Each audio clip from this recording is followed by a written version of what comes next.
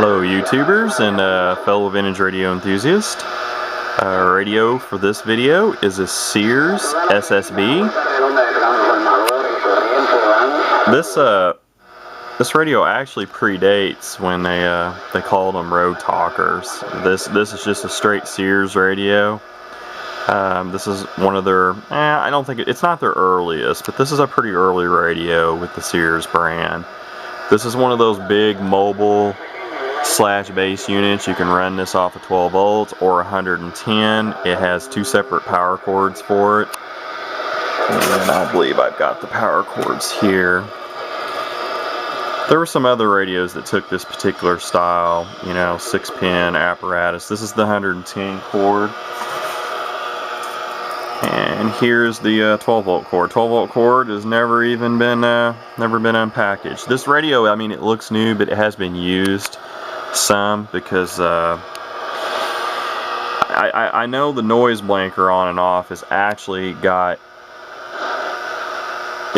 extra channels. I forget how they did it. They've added some crystals to the sequence, because I remember some of them switches you flip, it takes you to channels above channel 23. I can't remember off the top of my head what all frequencies it does receive, above channel 23.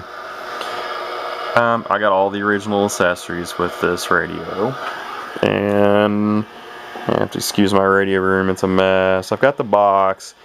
I think that's like the Sears internal number or the FCC data number. I'm gonna have to look on the back of this radio and post it in the information to tell you what the official model number is. I've got all the styrofoam inserts, the accessory items, which has taller legs for the front, and bracket knobs have never been out of the package, so I've left them that way. Pretty basic performing radio. I think it's a little off frequency on receive, in my honest opinion. That's why I've got the clarifier. Got the clarifier a bit counterclockwise. It is a sideband. I think I tried using this once on sideband. I do believe it's off frequency, but I might be wrong. Unless you have a VFO or something, or the ability to really take it up to the now used sideband channels, it's pretty useless for SSB. Good looking rig, AM performance, it's about average. Average transmit. People honestly say, and I normally don't use the original Sears mic on it. I can't remember if I usually use a Turner or a D104 on it, but actually people say this little dude does, actually not little, big dude does sound pretty good on the air. Basic, pretty basic features. Mode selector. There's your receive clarifier. I don't think it's been opened up for transmit, but I can't swear to it. I haven't tried it. Volume with your on-off.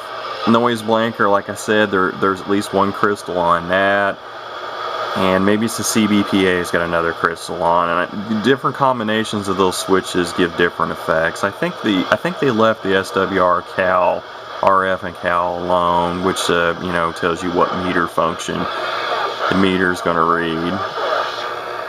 Just 23 channel mechanical dial readout. Sorry about the glare. Squelch, dual control, RF gain, and your SWR cal. Got a lot of electrical noise in my neighborhood today. SRF meter, it's got dual functions, it does SWR, it turns red on transmit.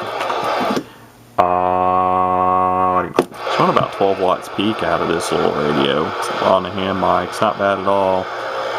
Let's see if I can get I don't know if I can get the other functions to work or not. I don't even know if I've ever tried them.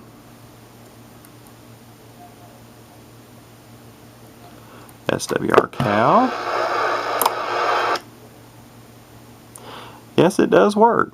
I don't even think I've ever tried it before, and it's actually in the realm of accuracy, surprisingly enough. Then you have to select it to go back to reading RF. So they didn't put any crystals on that switch. It does what it's supposed to do. Having so much electrical noise, it's kind of distorting the receive on this old radio.